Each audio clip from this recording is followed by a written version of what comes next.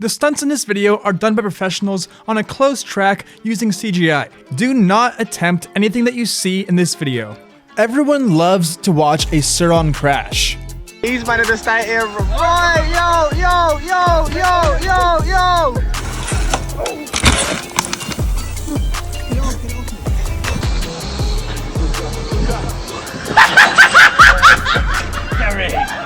But everyone hates to crash their Surron.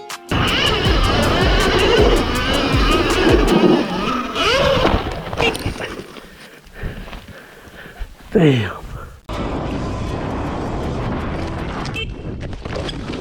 Woo!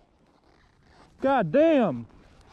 Woo! So that is why today in this video, I'm covering a super important topic. Safety for beginner Surron riders. Regardless of if you're entirely new to the electric bike world or you're transitioning from traditional bikes or motorcycles, understanding the common pitfalls of the Surron is key to a safe and enjoyable ride. The Surron bikes pack quite a punch with their electric torque and off-road capabilities, offering an undeniably exhilarating experience.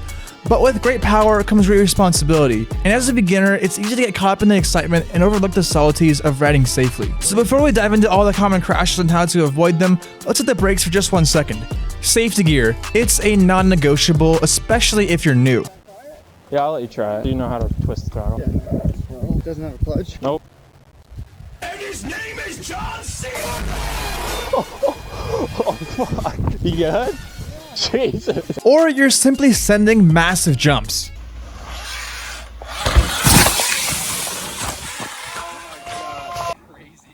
I think it's time for a full face now. A helmet and riding gloves are the bare minimum that you should be wearing on your Surron. And if you're planning to do any hard off-road riding, then some proper motorcycle boots can save your ankles any day. And knees and elbow pads can also go a long way for protecting you from getting hurt. These are not just accessories, they are the essentials that will protect you, so gear up for the slide, not the ride. And if you guys are looking to get any of the gear that I ride with, all the links for that are in the description down below. So anyway, without taking up any more time, let's just jump right into the video. And if you're new, make sure to subscribe because I have got videos coming out whenever I feel like it. So yeah, subscribe. Anyway, on to the video. Now, there are a million ways that you can crash your Surron. There are a million ways you could crash your car. You could break anything in a million ways. So obviously covering all that is going to be impossible for me. So what I'm going to do instead for this video is break it up into sections about why people crash, the reasons that they crashed. And what I found after some research and let's say personal testing, that usually there are only 3 different reasons for why somebody crashed their Surron. The first is that they are either new or inexperienced and they don't know how to handle the mechanics of the bike, or they don't know how to handle the terrain that they're riding on. The second is lack of awareness of your surroundings. And the third, and possibly the scariest one, is skipping out on pre-ride checks and lack of proper maintenance, which usually go together hand in hand. I'll be starting out with the crashes that are caused by inexperience, because these are by far the most common crashes that I see and the ones that I've personally experienced the most. Now, I would say about 90% of these crashes are due to overconfidence, which in my opinion is more common than in any other type of motorcycle riding, because a Surron is so easy to ride and in turn very easy to think that you're better than you actually are. A really common example of this is the loop out. Now, not every loop out is the same. There are different reasons for why people will loop out, but this one simply comes down to you just not knowing how to do it and just giving it all you've got and ending up on your butt, which honestly is not the worst thing that could happen to you, as long as you do it in a place that is correct. See, you don't want to loop out on the street. That is bad. But on a grass field, that's fine. Pretty much what I'm saying is do not experiment of trying new things in an environment that could potentially kill you if you make a mistake. Now let's be real, me making this video and wagging my finger at you saying, no, don't try to wheelie, don't try to wheelie, you're not good enough, that's not gonna get anybody on my side. Judging by the fact that you're listening to my voice right now in this part of the video, I would probably have to guess that you were probably straying more on the underconfident side, and that's why you want to learn more about it, which is good. But being underconfident on the Surron can also get you hurt. And this mostly happens in areas that the rider is just not comfortable riding on, such as slippery surfaces, steep hills, uneven terrain. And the crash that I'm talking about here could really be a lot of different things, but mostly I'm talking about just going over your bars because you squeezed the front brake too hard. This can also happen in turns as well when you give too much front brake and your front just seizes up and you wash out. I wish there was a simple and easy solution to this, but it really just comes down to get good, kid. If you're underconfident on the Surron, then you need to put on more seat time. That's what it comes down to. Or better yet, find somebody else that has a Surron that is better than you and have them push you out of your comfort zone just a little bit every time you ride. And thankfully, the one good thing about these beginner Surron crashes is that they're almost never really that bad. As long as you're not being incredibly stupid, I don't really see how you could get badly hurt from washing out your front end or slipping out on some rocks or even looping out. If you have any of these crashes, you will be okay. You're gonna walk away. You probably don't even need to really wear any gear, although you still should just in case. But these next two following sections is when stuff can actually get very dangerous. Which brings me to the next most common reason that people crash, and that is lack of awareness of your surroundings. Riding the Surron is not just about managing the bike, it's also about being hyper aware of your environment. That is why it is incredibly important to practice your situational awareness, a key skill that can save you from some very unpleasant surprises. Now, there could be a million different examples for reasons why people crash because they were not paying attention to their surroundings. You could hit a car because they pulled out and you just didn't see them. Or there could be some stump or a root or a rock that's slippery and you didn't see it, you just took a bad line and all of a sudden you're on the ground. Or even worse is other people. The last thing that you ever want to do is crash into another person, which is why I strongly encourage you guys to stay off of hiking trails or any kind of trails that have people walking through them a lot, because those are just not a great place to ride your Surron. Now, I know you're all asking, how can I improve my awareness of my surroundings? Like, I swear, somebody could pickpocket my left ball and I wouldn't even notice.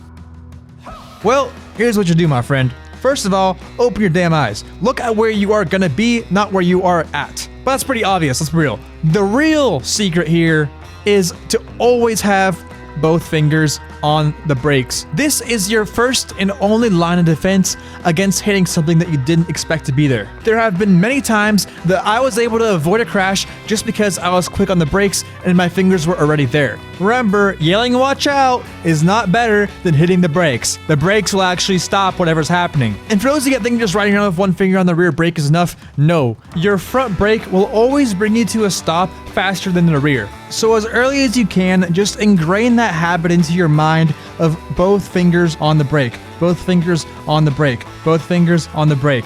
Repeat that over and over again until you literally are like dreaming it.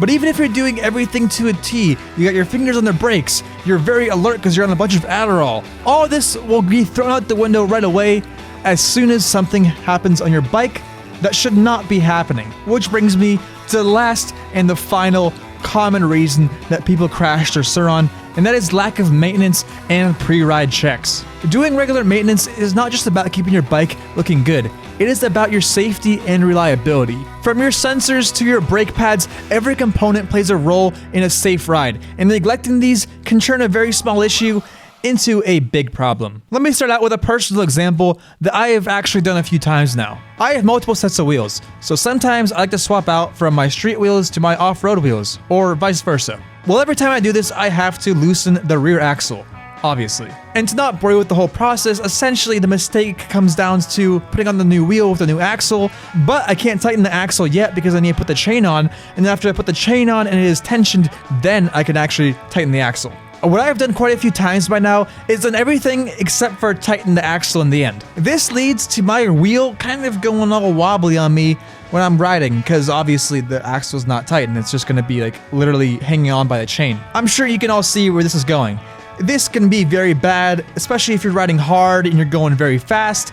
If your rear wheel suddenly falls off or even just goes to the side a little bit too much and you get flung off, you could have a very, very bad day. Mechanical issues will be the death of you on your Surron if you're not careful. Woo! God damn! Woo! Okay, let's see if the bike's okay. Yeah, that's not safe. That's not safe at all.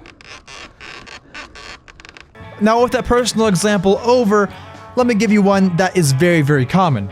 Brake failures. Oh my god, brake failures are terrifying on anything. And you do not want to have that on a juiced up Surron that is going through anywhere. Brakes are literally your lifeline, especially in unexpected situations like I was talking about earlier. And failing to regularly check or maintain your brake system can lead to reduced stopping power or even complete brake failure. I have actually had this a few times, and I'm not going to go into another story about this, but I actually happen to have a buddy that had the exact same thing happen to him, and he actually caught it on camera. So, yeah, here, enjoy.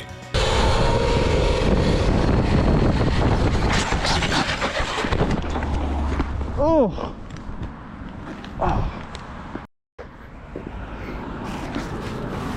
Dude, are you alright? Yeah, I'm good. My rear brake went out though. But that won't happen. Dude, these pads saved me though. Look at that. Yeah, you're good though? No, I feel good. Alright. Did it just pop out? No, it fucking ate it. Fuck. Oh, I hate when it does that. I'm gonna need to get it blood again. Do you see how the thing is gone? It's unfortunate that happens, but I think I just need to do more pre-ride checks because I didn't check it for like a month. I didn't check anything. Check your brakes, guys. Literally, just look at your pads, see, oh, are these low a little bit? Oh, did my brake rotor come loose? I should probably tighten that. Most of these maintenance failures are you just forgetting to check something. Or not checking at all. Even things as sturdy as your suspension can fail on you completely if you give it enough time and wear and tear. And the worst thing about these failures is that it doesn't matter how good you are, it could still happen to you. You could be the best wheelie kid in the world, you could do all the combos, you're going crazy on Instagram, but if you just forgot to replace your brake pads in the rear for a little bit too long, suddenly you're gonna loop out. So I think y'all get the message. Check on the essential parts of the Surron every time you ride. I think of maintenance as a regular health check for your bike. A well-maintained Surron is not just a joy to ride, but it's also your best bet for a safe and uninterrupted riding experience. Anyway, if you guys think I missed anything, let me know in the comments down below, and also let me know if you have any video ideas you would like me to make.